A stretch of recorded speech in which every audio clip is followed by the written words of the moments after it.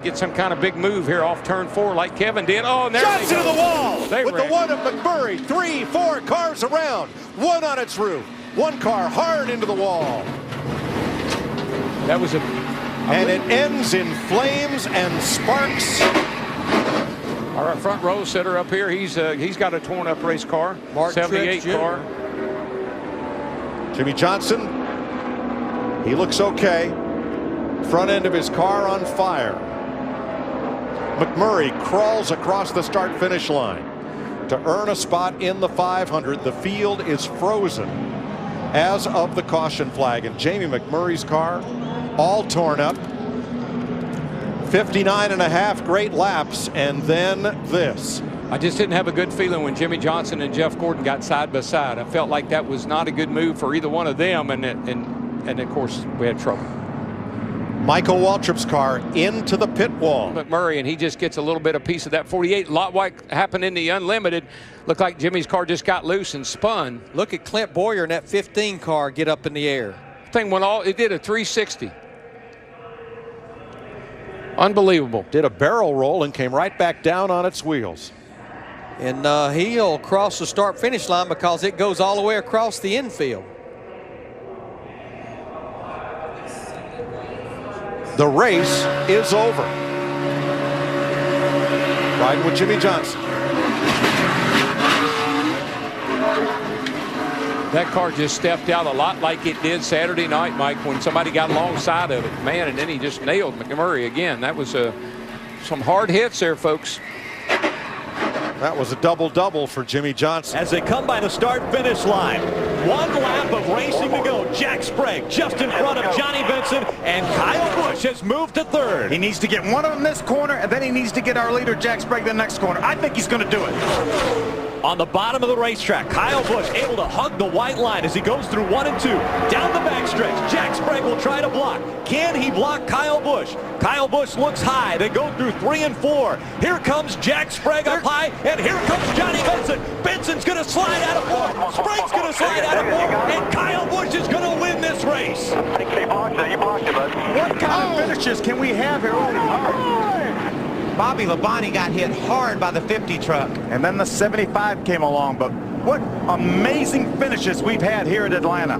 Almost coming out of 4. They were 4 wide. Johnny Benson got loose. He started to spin. Jack Sprague got loose. He started to spin. Kyle Busch drives right by. We see Bobby Labonte climbing out of that 47. A very good sight to see him able to get out under his own power. Great to see Bobby's limp. He took an awfully hard shot right there. We see the race. Jack Sprague getting sideways. Johnny Benson getting sideways. Bobby Labonte involved in it. Todd Bodine comes through unscathed.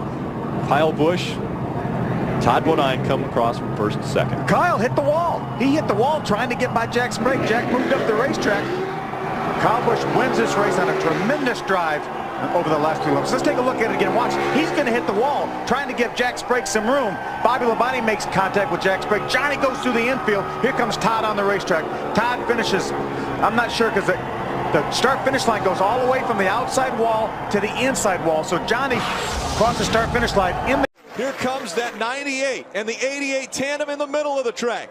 Johnny Sauter, he won at Daytona earlier this year. Can he do it again? They wreck behind him. They're rolling behind him. Now the 88 spins. Thor Sport is going to win. It's going to be Johnny Sauter that will get the win, but they wreck behind him.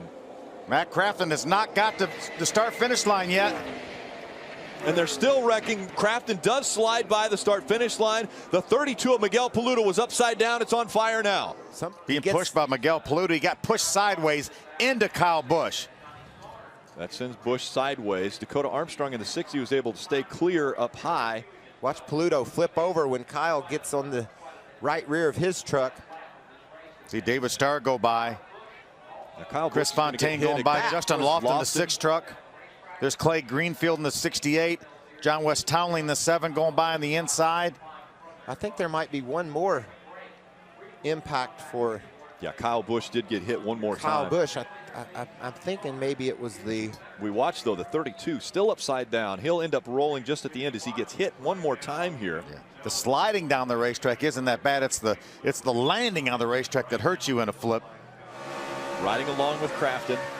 He gets tagged. Around he goes.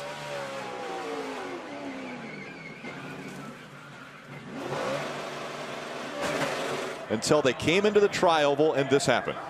Yeah, those guys behind had so much momentum coming. Miguel Paluda was pushing the 4 of Jeb Burton and just pushed him sideways right into Kyle Busch.